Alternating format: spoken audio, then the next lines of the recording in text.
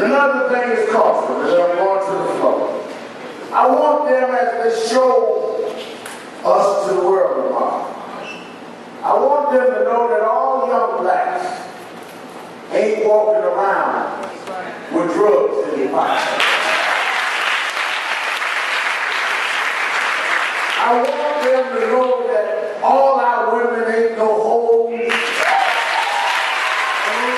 bitches.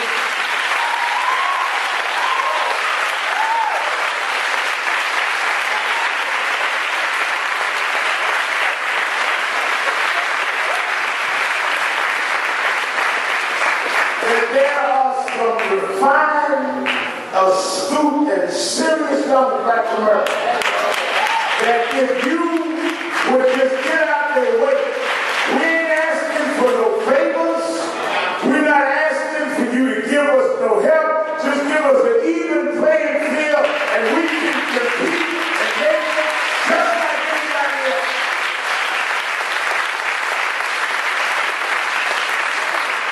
As she referred to, a few years ago, I had a campaign national action network.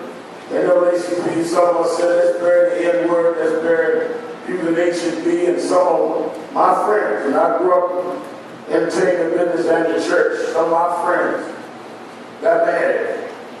Said, rebel, we got the right to say what we want. We got free speech. I said, no you don't. Yeah we do. I said, no you don't. You can't go to the studio and cut a CD against nobody but us. You go to the studio and cut a CD against any ethnic group in America. They call it hate speech, and you can't put it out. And they're right.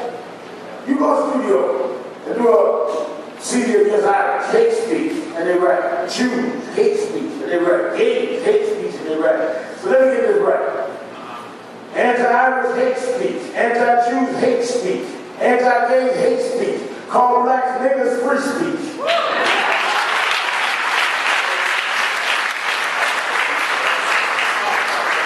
Then we got on BT one night, had a debate all night long. And I was trying to talk to this particular brother, hip-hop brother, gangster rapper, And I told him, I said, brother, we just need to stop using that word. I don't care what you say. We had a nigga film, nigga. I said, brother, look, all of us are music, but we don't have nigga. That's all right. We all debated all night, Brandon. Finally, the debate ended, we couldn't come together. About 4 weeks later, I was somewhere, picked up the newspaper, and the same gangster rapper had been arrested. Got in some fight with some fellas, they locked him up. About 3 days later, he called National Network, asked to speak to me. They called me on the road, said that so-and-so's on the phone, want to talk to you. I said, connect him through. They connected him through. I said, man, how you doing? He said, man, I ain't doing too good. I said, yeah, what's wrong? Man, I got busted. I said, yeah, I read about it. Yeah, man, they got it. I said, yeah, I heard about it. Anything I can do? Yeah, I need your help. I said, you need my help? What you need me to do? He said, they violated my civil rights. I told him, niggas ain't got no civil rights.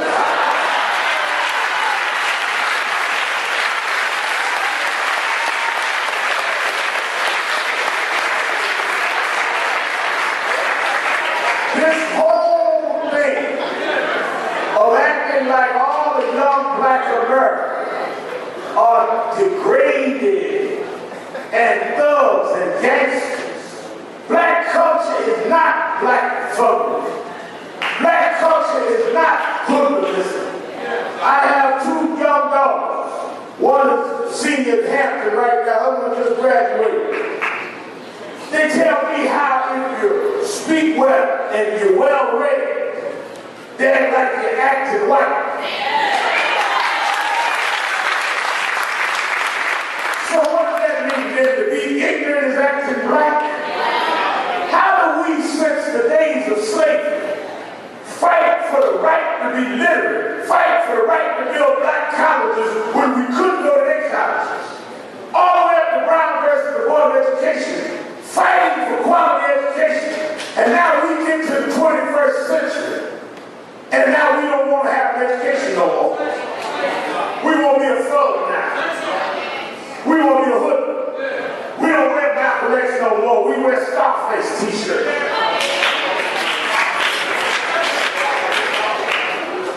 I met one brother changed the name of the guy.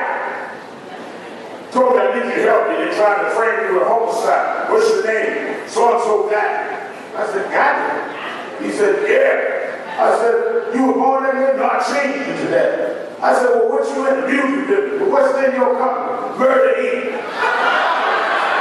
I said, you want me to go to court? And then you get a homicide. You call yourself guy in charge of Murder Inc. I said, it ever occurred to you that John got a Junior down the hall from you trying to prove he's not got it, and you a Negro trying to be got it? Something's wrong with that. They need to see you tomorrow to know that all of us have not lost our grounding and understand every generation is to excel and bring our culture and our people to a higher level. And all of us are not tricked into this video mental slavery of degrading our women and breaking up our bonds. Some of us are going to hold up the standard of black history.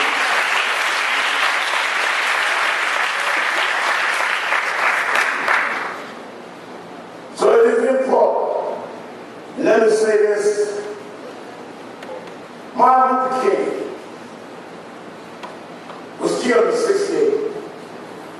Do you realize that Martin Luther King changed America and never had a fax machine? Thurgood Marshall helped rewrite the laws of this land and never knew what a laptop was. Van New helped change the voting laws for Mississippi on a road reform. What is my point? My point is that they had nothing to work with and changed the whole country. And here U.S. students got all kind of communication.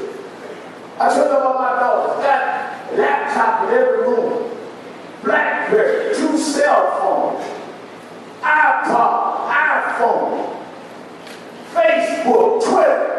They can't get 5 Negroes together to stand up for themselves. You cannot let them break your will to organize yourself. And you cannot let them tell you what you can't do.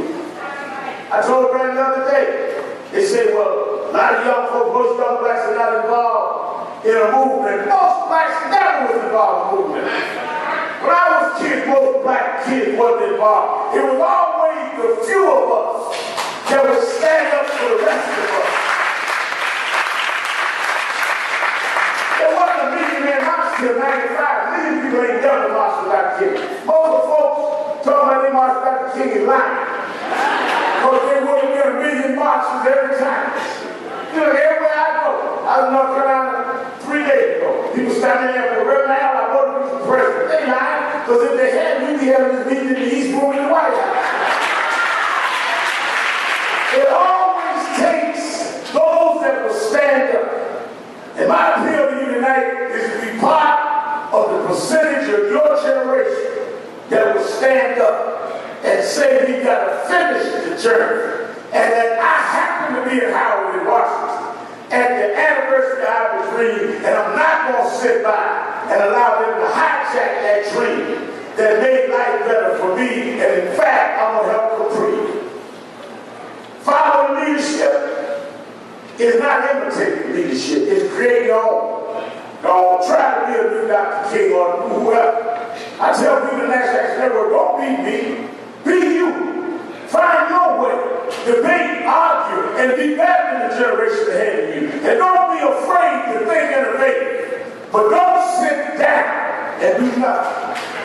And don't sit back and allow the world to continue to treat you unequal. Last thing, I listen to that and come into the choir. Don't ever forget, as we in Rakin Chapel, that the reason we waited to fight the powers that be, the reason we were able to take the back of the bus and now sit in front of the White House is because we believed in a greater power than they did. And our secret was that we had a faith in a greater power. I like President Obama's book, Audacity of Hope, from Reverend Wright's sermon. I like when Reverend Jackson told about keep hope alive. But I'll tell you something that'll help you through your life. There's a part where hope gives out. Hope is good. Hope is needed. But there's a part there's going to be things that happen to your life that hope is not enough. Because hope is just a feeling. Hope is maybe my luck will change. Hope is maybe my ship will come in. Hope is maybe tomorrow will be a better day. When hope runs out, there's a step called faith.